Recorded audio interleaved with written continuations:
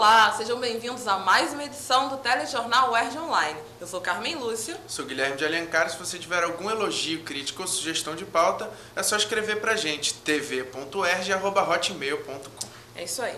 E para quem considerava a situação do transporte público no Rio de Janeiro ruim, não imaginava que ela poderia ficar ainda pior. Como se não bastassem os transtornos causados aos milhares de passageiros dos trens devido à greve de ferroviários, que ocorre há 3 dias, os limites dos desrespeitos aos usuários da Supervia foram completamente extrapolados. Os passageiros que embarcaram em trens lotados, após esperarem cerca de 40 minutos nas estações, foram tratados de forma desumana na estação de Madureira nesta manhã. Os funcionários da Supervia agrediram com socos e chicotadas os passageiros que mal cabiam nos vagões. Agora cabe às autoridades tomar as devidas medidas para que os responsáveis sejam punidos e cenas como essa não voltem a acontecer. Bom, agora mudando completamente de assunto para um assunto mais tranquilo, hoje é quarta-feira, dia de ficar por dentro do mundo esportivo com Passando a Bola, hoje com Mitian Barbosa.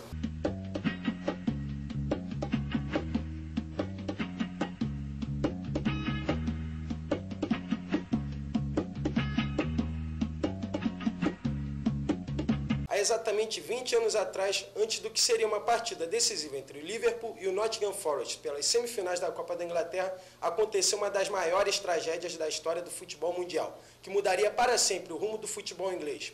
No estádio de Hillsborough, 96 torcedores do Liverpool morreram esmagados devido a uma imensa desorganização da polícia local. Minutos antes do jogo começar, cerca de 5.000 torcedores se amontoaram, ainda tentando entrar no estádio. Diante do tumulto, as autoridades mandaram abrir os portões. Uma enxurrada de pessoas adentrou o estádio. O caos era tamanho que chegou a derrubar o alambrado que separava a arquibancada dos gramados. Depois daquela que ficou conhecida como a tragédia de Hillsborough, várias mudanças foram implementadas no futebol inglês. Algumas para melhor, algumas para pior.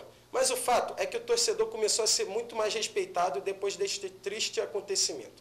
O que poderia servir de exemplo aqui em terras tupiniquins, onde temos que enfrentar a violência, a falta de preparo da polícia e a parca infraestrutura nos estádios. Está ocorrendo aqui na UERJ, no Teatro Odilo Costa Filho, as apresentações da peça Céu e Branca. E para falar mais sobre o assunto, está aqui com a gente o ator Pedro Nercercian, que faz parte do elenco. Tudo bom, Pedro? Olá, tudo bom? Seja bem-vindo à bancada do TJ.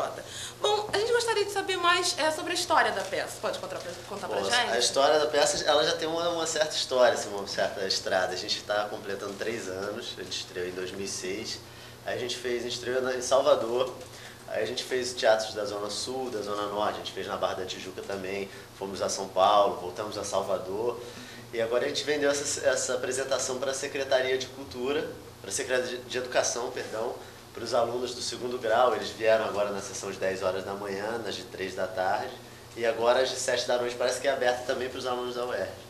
E é uma iniciativa bacana, né? Uma sessão fechada para os alunos, para a escola pública. Porque é muito difícil, o nosso público é muito difícil. Durante toda a história da espetáculo a gente teve esse problema, porque o público adolescente não está acostumado a ir ao teatro. Então a gente tem uma peça que é bem elaborada, que ela tem uma produção bem bacana, que é uma coisa difícil de conseguir para esse público. A gente teve um patrocínio que ajudou nisso e a gente conseguiu fazer um espetáculo que é leve, divertido, comunica e de qualidade, que dá para os adolescentes terem um gostinho do que é o teatro, entendeu? De começar com uma peça que tem um tema mais leve, que é uma peça leve, divertida, para depois se aprofundar, para a gente criar um público mesmo, porque tem um elo perdido, o adolescente é o elo perdido. O teatro infantil faz muito sucesso, a gente sempre vê que tem público no teatro infantil, o teatro adulto também. Mas tem esse elo perdido do adolescente, que às vezes a pessoa, quando vai na idade adulta ao teatro, fala: a última vez que eu fui foi quando eu era criança, que eu fui ver Chapeuzinho Vermelho. E a gente está querendo criar esse público, né? O Fernando Gomes, que é o diretor, ele tem experiência nisso. Ele foi produtor de Confissões de Adolescente, que foi o primeiro grande espetáculo voltado para esse público. E a gente está muito feliz porque você catar esse público na rua, como a gente chama, né? Você está em cartaz e o público vive. Porque o público tem rave, tem festa, tem milhões de outros atrativos. E quando você vai à escola, com o ingresso já pago, a pessoa com ônibus, com os amigos da turma, todo mundo indo, então é muito mais fácil do cara ir, ele já vai com os amigos dele, já gosta, já se sente mais à vontade no ambiente de teatro. Hoje mesmo, quando terminou uma das sessões, eu perguntei quem tinha ido ao teatro pela primeira vez. Algumas pessoas falaram que tinham ido quando eram crianças.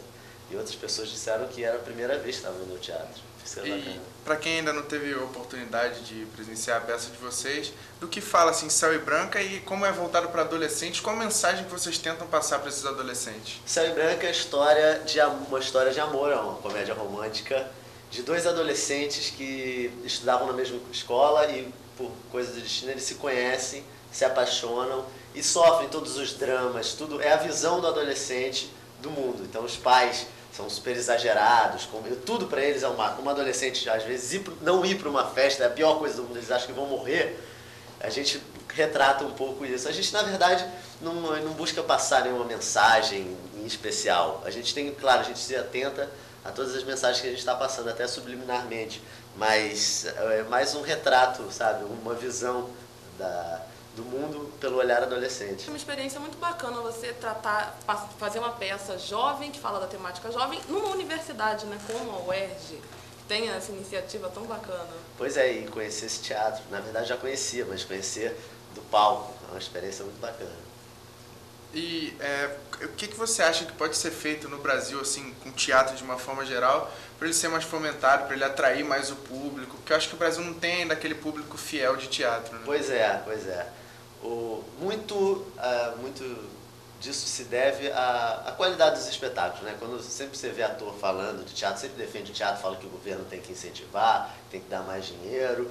Mas eu acho que a gente tem que ter uma preocupação também com o que se monta com esse dinheiro que é público, né? Porque vem dos incentivos, vem das empresas, mas elas têm o desconto nos impostos, então é um dinheiro público. E aí às vezes você vê espetáculos que vêm lá de fora, tipo musicais, que não tem nenhuma criação artística, não tem nada de brasileiro, com dinheiro público, com ingressos a R$120. Aí o público que não está acostumado a ir ao teatro não vai. O público que vai é o público que realmente já está acostumado a ir mesmo. E a gente tem que se atentar a isso. Uma opção também, um papel importante é o do governo, claro, de comprar o SESC, que também é um grande apoiador do teatro. Eu acho que a maior instituição apoiadora do teatro é o SESC. A gente sempre se salva no circuito SESC, a gente costuma dizer. Tipo, a gente tem uma peça, a gente monta, às vezes você faz uma temporada em vários lugares, não dá grana, e falou, não dá grana, como é que a gente vai suprir esse prejuízo? Vamos para o circuito SESC. Aí a gente faz todos os lugares do circuito SESC. Então o SESC é um bom apoiador, mas é isso, o apoio das instituições como o SESC, como as secretarias é muito importante. Você não acha que talvez falte um pouco também assim de divulgação? Porque há um tempo atrás eu não acompanhava muito teatro. A partir do momento que eu resolvi acompanhar, que eu passei a me interessar mais, eu comecei a procurar na internet, nos sites, eu achei muita peça interessante e barata. Assim, tem o projeto, se não me engano, da prefeitura, que todo último domingo do mês, R$1 a peça. Chat da prefeitura. Isso. E do SESC também se encontra peças a R$6 para estudante, a meia entrada. Engraçado que isso que você falou, a gente estava justamente comentando no camarim antes de vir para cá, que falta uma profissionalização em alguns setores do teatro. Como é um setor que há pouco tempo tem incentivo fiscal, e passou a ter grana de verdade há pouco tempo, então alguns setores ainda não são totalmente profissionais, como o setor da divulgação, principalmente. Porque a gente que é artista, a gente se atenta à arte, a gente não tem um tino para o comércio tão bom quanto os outros setores.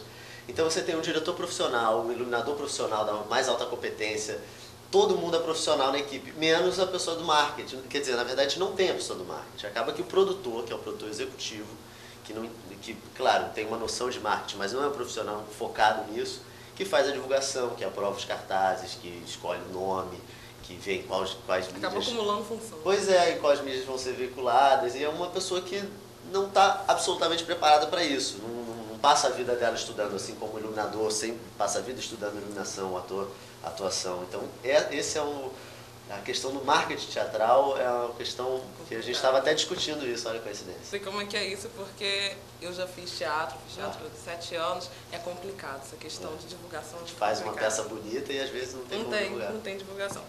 E a peça segue para onde, depois dessas apresentações aqui na UERJ? Não, a princípio, a gente não sabe. A gente já está com 3 anos, a gente já está com um projeto paralelo, quase todo mundo do elenco. E agora eu estou com um espetáculo em cartaz, sábado e domingo, que chama O Filho da Mãe, que está no Ipanema. Então isso já não possibilita a gente ter o espetáculo nos sábados e domingos. Então a gente já está meio que encerrando a temporada. Tá bom, então, Pedro, muito obrigada pela sua participação. participação. Obrigado pelo espaço. Essa foi mais uma edição do Telejornal UERJ Online. Não deixe de acessar o nosso blog, que é blogdatvUERJ.blogspot.com. Até uma próxima conexão. Até lá.